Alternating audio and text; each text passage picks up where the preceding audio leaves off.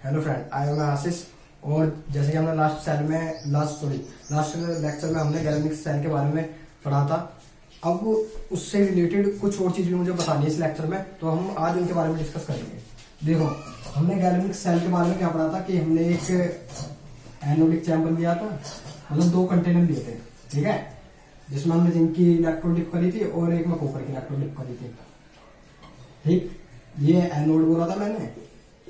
जिस इलेक्ट्रोड का ऑक्सीडेशन हो रहा हो उसे मैंने एनोड इलेक्ट्रोड बोला था, और जिससे पर रिडक्शन हो रहा हो उसे कैथोड बोला था। ठीक है, लेफ्ट वाले को मैंने एनोडिक चैम्बर बोला था और राइट वाले को कैथोडिक चैम्बर। ठीक, ये क्या है? Zinc electrode. यहाँ पर क्या हो रहा था, जो हमारा Zn है वो Zn 2+ में कन्वर्ट हो रहा था, और यहाँ पर हमारा कॉपर जो आयन थे वो कॉपर सॉलिड में जा रहे थे। ठीक, और मैंने यहाँ पर एक सोल्डर ब्रिज लगा रखा था बीच में, और यहाँ एक वायर से कनेक्ट करने का था जिसके थ्रू इलेक्ट्रॉन इधर से इधर जा रहे थे। ठीक, अब देखो, मैं यहाँ पर जो बात करूंगा, मैं बात करूंगा कि हम सेल रिएक्शन कैसे लिखेंगे। कहने का मतलब ये है कि अगर मुझे इस पूरे सेल की रिएक्शन लिखनी है, एक रिएक्शन में रिप्रेजेंट, इसे सिंबल्स की फॉर्म में रिप्रेजेंट करके दिखाना है, तो कैसे लिखेंगे। देखो, हमारा जो एनोडिक चैम्बर पे था उस पर क्या हो रहा था, जो जिंक है हमारा वो सॉलिड में था। ठीक, अब किस में जा रहा है वो? जिंक 2+ में। ठीक, 2 इलेक्ट्रॉन लूज करके। कैथोड पे क्या हो रहा था, हमारा रिडक्शन हो रहा था। क्या हो रहा था, जो हमारा कॉपर 2+ आयन था वो 2 इलेक्ट्रॉन गेन करके कॉपर सॉलिड में कन्वर्ट हो रहा था। ठीक है, ये हमारी एनोड पर रिएक्शन चल रही थी और ये कैथोड पे चल रही थी। अब अगर मुझे इस सेल की ओवरऑल रिएक्शन लिखनी पड़े, ये तो हाफ सेल की रिएक्शन है ना, जो इस वाले चैम्बर में रिएक्शन हो रही थी और इस वाले चैम्बर में हो रही। अगर मुझे पूरी रिएक्शन लिखनी पड़े तो कैसे लिखूंगा? देखो, सेल रिएक्शन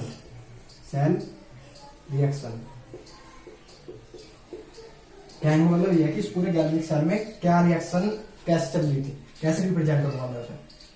देखो, हमारा जो जिंक है, ठीक, जिंक जो है हमारा क्या है, सॉलिड में था। ठीक है, पहले तो सॉलिड ही था जिंक, और हमारा जो कॉपर है इस वाले चैम्बर में, कॉपर, वो कॉपर 2+ में था। ठीक, अब क्या हो रहा था, वहां पर जिंक जो था वो Zn 2+ में कन्वर्ट हो रहा था गैल्वेनिक सेल में। अगर आपको कुछ समझने में दिक्कत हो रही है तो आप इससे पहले प्रीवियस लेक्चर देखना, लेक्चर नंबर 4, फिर आपको ढंग से समझ में आया। देखो, कॉपर 2+ आया, सॉरी, जिंक जो सॉलिड है हमारा किस में जा रहा था, Zn 2+ में, और जो हमारा कॉपर 2+ है वो किस में जा रहा है, कॉपर सॉलिड में। अब जरा देखो ध्यान से, मैंने कुछ गलत तो नहीं लिखा। मैंने क्या करा, जो हमारा जिंक सॉलिड था किस में जा रहा था, वो Zn 2+ एक्वस में, एक्वस सॉल्यूशन में, मतलब आयंस में कन्वर्ट हो रहा था, वैसे कॉपर 2+ कॉपर सॉलिड में जा रहा था। ठीक है, ये हमारी होगी पूरी सेल रिएक्शन। ठीक, ये हाफ सेल रिएक्शन है दोनों, जो एनोड को हो रही थी और कैथोड को हो रही थी, और ये पूरी ओवरऑल इस सेल की रिएक्शन। कि अगर मुझे रिप्रेजेंट करना हो कि सेल के अंदर क्या रिएक्शन चल रही है पूरे सेल के अंदर, तो मैं कैसे रिप्रेजेंट करूंगा, ऐसे। ठीक है, ये आपको सेल रिएक्शन यहां से समझ में आ गया कि मैंने कैसे लिखा। अब देखो, ये तो हमारी होगी सेल रिएक्शन की बात।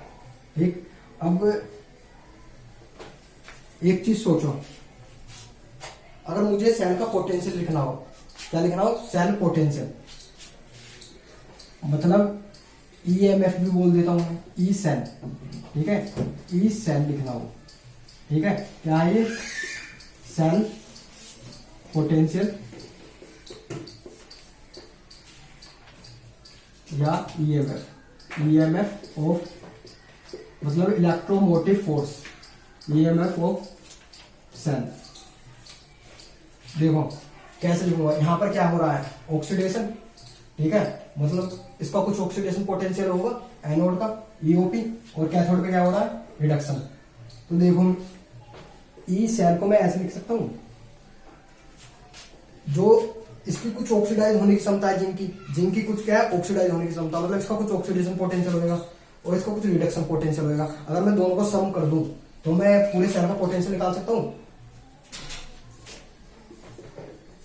EOP, सॉरी, ERP, ठीक है, प्लस EOP। ERP किसका है, कैथोड का, रिडक्शन पोटेंशियल ऑफ कैथोड, ठीक है। और ये किसका है, एनोड का,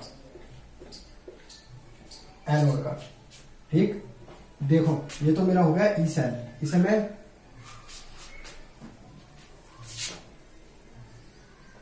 ये मेरा हो गया ई सेल, इसे मैं ऐसे रिप्रेजेंट कर सकता हूं, ठीक है। ई सेल को कहने वाला ये है कि पूरे सेल का पोटेंशियल होता क्या है, पूरे सेल का पोटेंशियल जो इन दोनों के इलेक्ट्रोड के बीच का डिफरेंस होगा, मतलब दोनों इलेक्ट्रोड पोटेंशियल का बीच का जो डिफरेंस होगा वो हमारा क्या होगा, सेल पोटेंशियल। अब देखो मैंने कहा क्या है, सिंपल सा मैंने बोला कि यहाँ पे इसका कुछ इलेक्ट्रोड का ऑक्सीडेशन पोटेंशियल होगा, इसका कुछ रिडक्शन पोटेंशियल होगा, ठीक है। मतलब ये कह सकता हूँ कि जितनी ज्यादा इसके ऑक्सीडाइज होने की क्षमता होगी उतनी तेजी से ये रिडक्शन हो रहेगा, ठीक है, ये रिड्यूस हो रहेगा। तो मैंने क्या करा, दोनों का सम कर दिया, कैथोड का रिडक्शन पोटेंशियल प्लस ऑक्सीडेशन का एनोड का ऑक्सीडेशन पोटेंशियल, तो मुझे क्या मिल रहा है यहाँ से ई सेल। अब देखो यहाँ से एक चीज देखना, मैं इसे रफ कर रहा हूँ, ठीक।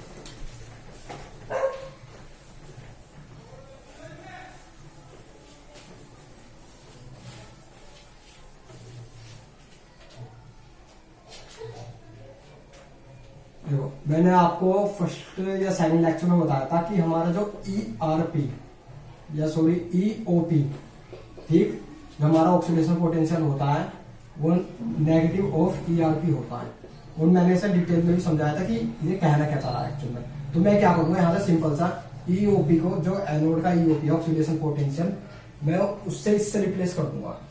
मैंने क्या करा, ई सेल, ठीक है, इसका to ERP of cathode minus ERP of anode. देखो हो क्या रहा है, मैंने E cathode minus E anode कर दिया, मतलब जो रिडक्शन पोटेंशियल कैथोड का था, ठीक है, उसमें minus reduction potential of anode. मैंने क्या बताया था, ऑक्सीडेशन पोटेंशियल है, और मैंने ये भी बताया था कि हम ऑक्सीडेशन पोटेंशियल को इससे रिडक्शन पोटेंशियल से रिप्लेस कर सकते हैं, उसको हम नेगेटिव सिंबल लगा के आ रहे, ठीक। ये क्या हो गया हमारा, ई सेल इक्वल्स टू, चाहे तो ऐसे लिख लो या ऐसे लिख लो, लेकिन जो हम अपने न्यूमेरिकल में फॉर्मूले ज्यादातर यूज करते हैं ये करते हैं, ठीक है। ERP of cathode minus ERP of anode, कहने का मतलब ये है कि reduction potential of cathode negative, sorry reduction potential of cathode minus reduction potential of anode, ये क्या होगा मेरा सेल पोटेंशियल, ठीक। अब मुझे ये अगर मुझे कुछ स्टैंडर्ड कंडीशन पर देना हो, मतलब ई नोट होता है हमारा standard cell potential, standard reduction potential minus standard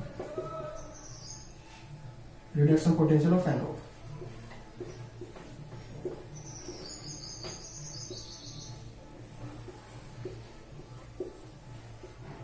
ठीक है।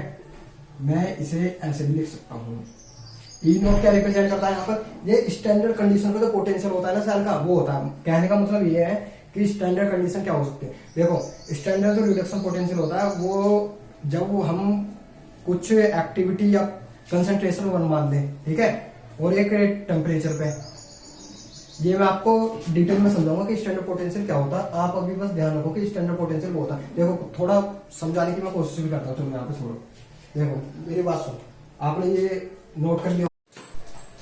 हाँ तो फ्रेंड, यहाँ पे हम standard reduction and oxidation potential की बात कर रहे हैं। देखो स्टैंडर्ड पोटेंशियल क्या होता है, मतलब जो स्टैंडर्ड कंडीशन पे पोटेंशियल मेजर किया जाए किसी भी इलेक्ट्रोड का या किसी भी सेल का, ठीक है, वो क्या होता है हमारा स्टैंडर्ड रिडक्शन या ऑक्सीडेशन पोटेंशियल। देखो कैसे, स्टैंडर्ड का मतलब क्या है यहाँ पर कि जो हमारी कंसंट्रेशन है ना, अगर हमारी कंसंट्रेशन मोलरिटी के टर्म में है, तो जो हमारा एक्वस सॉल्यूशन होगा, जैसे मैंने जिंक डिप करा था यहाँ पर, और क्या करा था, जिंक इलेक्ट्रो डिप करी थी, और यहाँ पर ZnSO4 का सॉल्यूशन दिया था गैल्वेनिक सेल में, ठीक है, एक्वस सॉल्यूशन। तो इसकी कंसंट्रेशन कितनी होनी चाहिए, ZnSO4 जो एक्वस सॉल्यूशन है हमारा 1 मोलर, ठीक है। इसका मतलब ये है कि हमारी अगर कंसंट्रेशन मोलरिटी में है तो वो मोलरिटी 1 मोलर होना चाहिए स्टैंडर्ड कंडीशन पे। जब हम इसका पोटेंशियल कैलकुलेट करेंगे तो उसे क्या बोलेंगे हम, स्टैंडर्ड पोटेंशियल। ऐसी अगर वहां पे प्रेशर है, जैसे हमारा हाइड्रोजन इलेक्ट्रोड में रहता है, क्या होता है हमारा हाइड्रोजन इलेक्ट्रोड में, एक ट्यूब रहती है, देखो क्या होता है, एक हमारी ट्यूब रहती है, ठीक, उसके अंदर हमारी प्लेटिनियम वायर, जरूरी नहीं है कि प्लेटिनियम हो, कोई भी हो सकती है जो हमारी इनर्ट वायर हो, मतलब किसी के साथ रिएक्ट ना करे, इनर्ट क्या हो, इनर्ट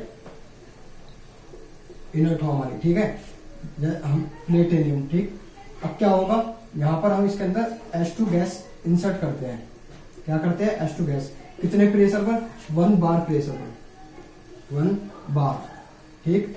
और इसमें कंटेनर में हमारा H+ आयन प्रेजेंट रहते हैं, हम इसमें HCl भी ले सकते हैं क्योंकि इसमें H+ और Cl नेगेटिव रहते हैं। तो होता क्या है, देखो एक्चुअली में जो हमारा हाइड्रोजन है ना, हाइड्रोजन गैस वो यहाँ आती है और हमारी H+ से H2 को कैसे कन्वर्ट करती है, H+ आयंस में टूटती है और इलेक्ट्रॉन रिलीज करती है, ठीक है। तो ये इलेक्ट्रॉन तो इसके थ्रू जाके यहाँ से कोई वायर कनेक्ट होती है और उसके थ्रू जाके सेल्स में जुड़ जाते हैं, चले जाते हैं मतलब, और ये H+ आयन इसके अंदर आ जाते हैं, ठीक। ऐसा होता है। यहाँ पर जो मेन बात मैं समझाना चाह रहा हूँ, मैं ये समझाना चाह रहा हूँ कि अगर हम इस पे इस कंडीशन पर, जब ये वाला सॉल्यूशन जो मैंने HCl का लिया है एक्वस सॉल्यूशन, वो 1 मोलर हो और ये क्या हो, 1 बार हो, ठीक। प्रेशर किस पे फिल कर रहे हो, कौन से 1 बार पे हम H2 गैस इसके अंदर फिल कर रहे हो, और जो हमने कंटेनर के अंदर सॉल्यूशन लिया है वो हमारा 1 मोलर हो। जो हम इससे पोटेंशियल कैलकुलेट करेंगे इसका, वो क्या होगा, इसका स्टैंडर्ड पोटेंशियल, ठीक। आई होप आपको ये समझ में आएगा कि स्टैंडर्ड पोटेंशियल क्या होता है, और इसे हम नोड से डिफाइन करते हैं, जैसे ई नोड। Thank you. हाँ तो फ्रेंड, यहाँ हम स्टैंडर्ड जो पोटेंशियल होता है हम ई नोड से डिनोट करते हैं, ठीक है। आपको स्टैंडर्ड पोटेंशियल समझ में आ गया होगा। अब जहां भी कहीं ई नोड से लिखा है तो आप कंफ्यूज मत होना, ये क्या है, स्टैंडर्ड रिडक्शन पोटेंशियल भी हो सकता है और ऑक्सीडेशन पोटेंशियल भी हो सकता है, या स्टैंडर्ड इलेक्ट्रॉन पोटेंशियल मतलब सेल का पोटेंशियल भी हो सकता है, ठीक है। अब देखो, ये तो हमारा हो गया। इसके बाद अब मैं यहाँ पर एक चीज और बात करूंगा आपसे, स्टैंडर्ड हाइड्रोजन इलेक्ट्रोड, जो मैंने भी यहाँ पे एग्जांपल लेकर आपको समझाया था, लेकिन फिर भी एक बार मैं जब ढंग से समझाना चाहता हूँ। Standard hydrogen electrode, standard hydrogen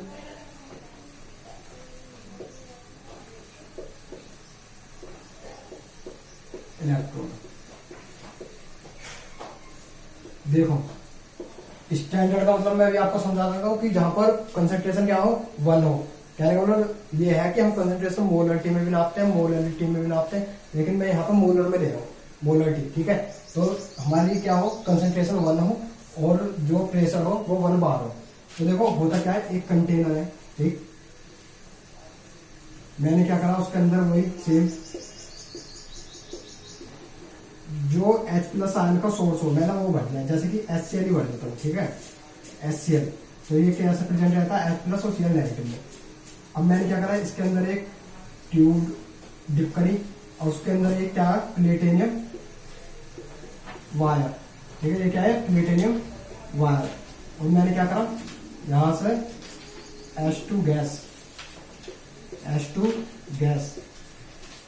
eight 1 बार प्रेशर, मतलब 1 बार प्रेशर मेंटेन करके H2 गैस यहाँ पर इसके अंदर इंसर्ट करें। तो क्या होगा, H2 यहाँ आएगी, ठीक है, और H2 यहाँ से रिलीज होके क्या करेगा, H2 गैस ये H+ आयंस में कन्वर्ट हो जाएगी यहाँ, ठीक है।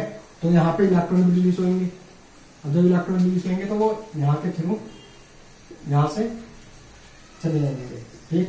अब देखो क्या हुआ, सबसे पहले जब हमारी ये स्टैंडर्ड हाइड्रोजन इलेक्ट्रोड बनी तो इसे as a reference electrode use करा जाता था। कहने का मतलब ये है कि रेफरेंस का मतलब क्या है कि मुझे इसका पोटेंशियल पता चल गया, ठीक। अब मुझे एक और हाफ सेल दूंगा यहाँ पर, ठीक है, जैसा मैं जिंक और उसका ZnSO4 का ले लेता हूँ, तो मैं उस सेल का इसके रिस्पेक्ट में क्या निकाल सकता हूँ, पोटेंशियल निकाल सकता हूँ, ठीक है।